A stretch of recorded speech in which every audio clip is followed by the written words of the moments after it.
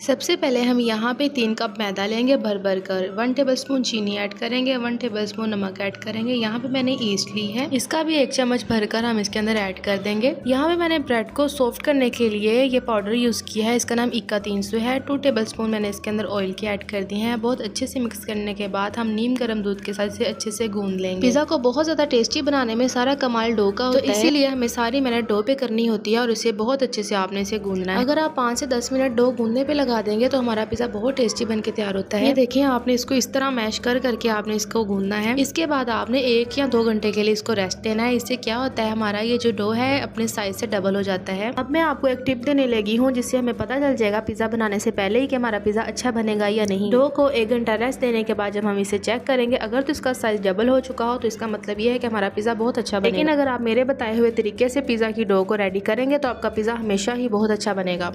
मेरे पास ये इनवायरो का बेकिंग ओवन है जो कि ये बहुत अच्छा है। सबसे पहले हमने ओवन को प्री हीट कर लेना है। टेम्परेचर हम सेट करेंगे 180 पे। यहाँ पे रॉड्स ऑन करने की सेटिंग बताई गई है। हमने दोनों रॉड्स ऑन करने हैं, ऊपर वाले भी और नीचे वाले भी, तो इसलिए हम यहाँ पे इसको सेट कर देंगे। फैन ऑन करेंगे। 10 मिनट के लिए हम इसे प्री हीट होने के लिए रख देंगे और तब तक हम पिज्जा को रेडी कर लेते हैं। मेरे पास चिकन बॉल्स पड़ी हुई थी तो मैंने इन्हें फ्राई कर लिया। आप चिकन को बनाकर भी पिज्जा के ऊपर लगा सकते हैं, उसकी रेसिपी मैं साइड पे मेंशन कर देती हूँ। आप अपने मर्जी के मुताबिक बोनलेस चिकन ले सकते हैं, कम या ज्यादा जितना आपको अच्छा लगे। आपने बोनलेस चिकन लेना है, ऑयल के अंदर डालना है, उसके अंदर पानी थोड़ा सा ऐड करना है, सोया सॉस, चिली सॉस और सिरका ऐड करना है, 1 टेबल स्पून नमक मिर्च हल्दी को ऐड करना है और 1 टेबल स्पून आपने तिक्का पाउडर ऐड करके उसे हल्की आंच में पकने के लिए रख देना है।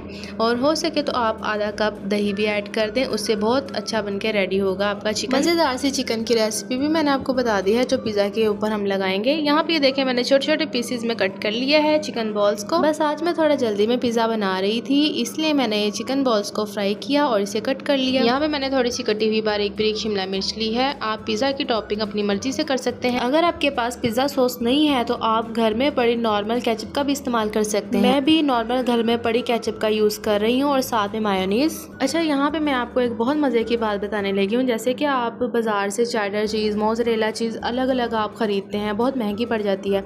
अगर आप इस तरीके से किसी भी सुपर स्टोर पे आप जाएं तो उनको बोलें कि हमें ये बनी हुई पैकेट में खुली चीज़ दे दें। इसमें मोज़रेला, चेडर ये दोनों मिक्स होती हैं और इसका फ्लेवर बहुत अमेजिंग होता है। इसका फ़ायदा ये होता है कि हमें एक ही पैकेट में दोनों चीज़ मिल जाती है। यहाँ पे मैंने सब चीज़ें अपने पास रख ली हैं। अच्छा, आपको मैंने बताया जैसे कि पिज़्ज़ा की टॉपिंग आप अपनी मर्ज़ी से कर सकते हैं। मुझे यहाँ पे टमाटर नहीं अच्छे लगते तो मैं टमाटर नहीं ऐड करी। आप अपनी मर्ज़ी के मुताबिक कुछ भी आप डाल सकते हैं, जैसे कि कुछ लोग कॉर्न भी डालते हैं, टमाटर भी डालते हैं, ऑलिव भी डालते हैं, जो जो आपके पास मौजूद हो। आप इसमें कोई वो घबराने वाली बात नहीं है कि आपके पास ये नहीं है तो आपका पिज़्ज़ा नहीं बनेगा, तो आप कुछ भी ऐड कर सकते हैं। मेरे पास जो चीज़ें मौजूद थी तो मैंने उन्हीं के साथ ही पिज़्ज़ा बना लिया। अब इसे फटाफट से हम बेल लेंगे। हम लार्ज साइज का पिज़्ज़ा एक बना रहे हैं। यहाँ पे मैंने पिज़्ज़ा पैन लिया है। अगर आपके पास पिज़्ज़ा पैन नहीं है तो आपके पास घर में कोई स्टील की बड़ी प्लेट पड़ी होगी, आप उसमें भी बना सकते हैं। बेकिंग ओवन के अंदर हम नॉन स्टिक के अलावा दूसरे स्टील के बर्तन भी रखकर हम चीजें बना सकते हैं। थोड़ा सा हम पैन के ऊपर ऑयल लगाएंगे और अच्छे से इसको हर तरफ लगा लेंगे। पिज़्ज़ा डो को हम पैन के ऊपर रख देंगे। रखने के बाद आपने हाथों की मदद से इसको अच्छे से पूरे पैन के ऊपर फैला लेना है। आपने इसके कॉर्नर को पतला करना है, इस तरीके से जिस तरीके से मैं कर रही हूँ। अब आपने छुरी की हेल्प से इसके अंदर छोटे छोटे होल कर देने हैं। पिज़्ज़ा सॉस अगर आपके पास नहीं है तो आप नॉर्मल केचप का भी इस्तेमाल कर सकते हैं। यहाँ पे देखें, मैंने तकरीबन 2 या 3 टेबल स्पून के जितनी इसके ऊपर केचप डाली है 1 लार्ज पिज़्ज़ा के ऊपर। इसको अच्छे से फैला लेंगे। 2 टेबल स्पून के जितनी हम इसके ऊपर मायोनीज ऐड करेंगे। आप अपनी मर्जी के मुताबिक कम या ज़्यादा ये चीज़ें कर सकते हैं। अगर आपके पास पिज़्ज़ा सॉस है तो आप अपनी मर्जी के मुताबिक उतना डाल लें जितना आपको अच्छा लगता है। इसको भी अच्छे से डाल के फैला लेंगे चम्मच की हेल्प से।